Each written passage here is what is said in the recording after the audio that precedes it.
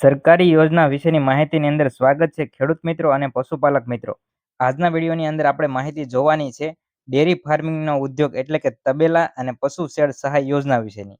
તો ખાસ કરીને પશુપાલક મિત્રો અને ખેડૂત મિત્રો, જો તમે ગુજ્જુ માસ્ટર ન્યૂઝ ચેનલની અંદર નવા હોય તો જરૂરથી સબસ્ક્રાઇબ કરજો અને સરકારી યોજના વિશેની કોઈ પણ માહિતીનો કોઈ પણ પ્રશ્ન હોય તો અમને કોમેન્ટ કરજો.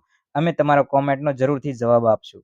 તો વાત કરવી છે આજના વિડીયોની અંદર તબેલા અને પશુ સહાય શેડ સહાય યોજના વિશે.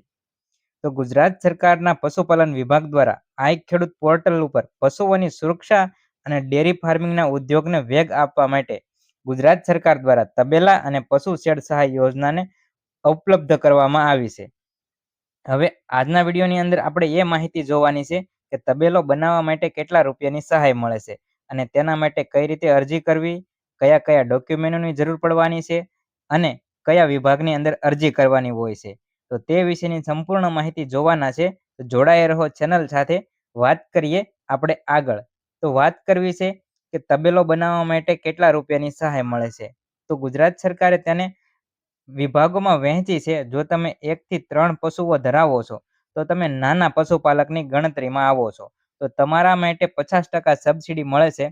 એટલે કે જો તમે 1 થી 3 પશુઓ ધરાવો છો અને તમારે શેડ બનાવવા માટે, તબેલા બનાવવા માટે અરજી કરવી હોય તો પશુઓ માટે પાકા સાપરા કે શેડ બનાવવા માટે કુલ ખર્ચ થાય છે તેનાથી 50% અથવા તો મહત્તમ 25,000 રૂપિયા સુધીની સબસિડી તમને મળે છે. તો નાના પશુપાલક મિત્રોને 25,000 સુધીની સહાય મળે છે. હવે તમે મહત્તમ એટલે કે 4 થી 20 પશુપાલન ધરાવો છો, તમારી પાસે 20 જેટલા પશુઓ છે, તો તમે મોટા પશુપાલકની ગણતરીમાં આવો છો તો તમને તબેલા બનાવવા માટે અને વૈજ્ઞાનિક ઢબે પાકો તબેલો બનાવવા માટે તમને સહાય મળે છે કુલ ખર્ચના 50%. એટલે કે લગભગ 75,000 થી લઈને 1,50,000 સુધીની સહાય તમને તબેલા બનાવવા માટે મળે છે.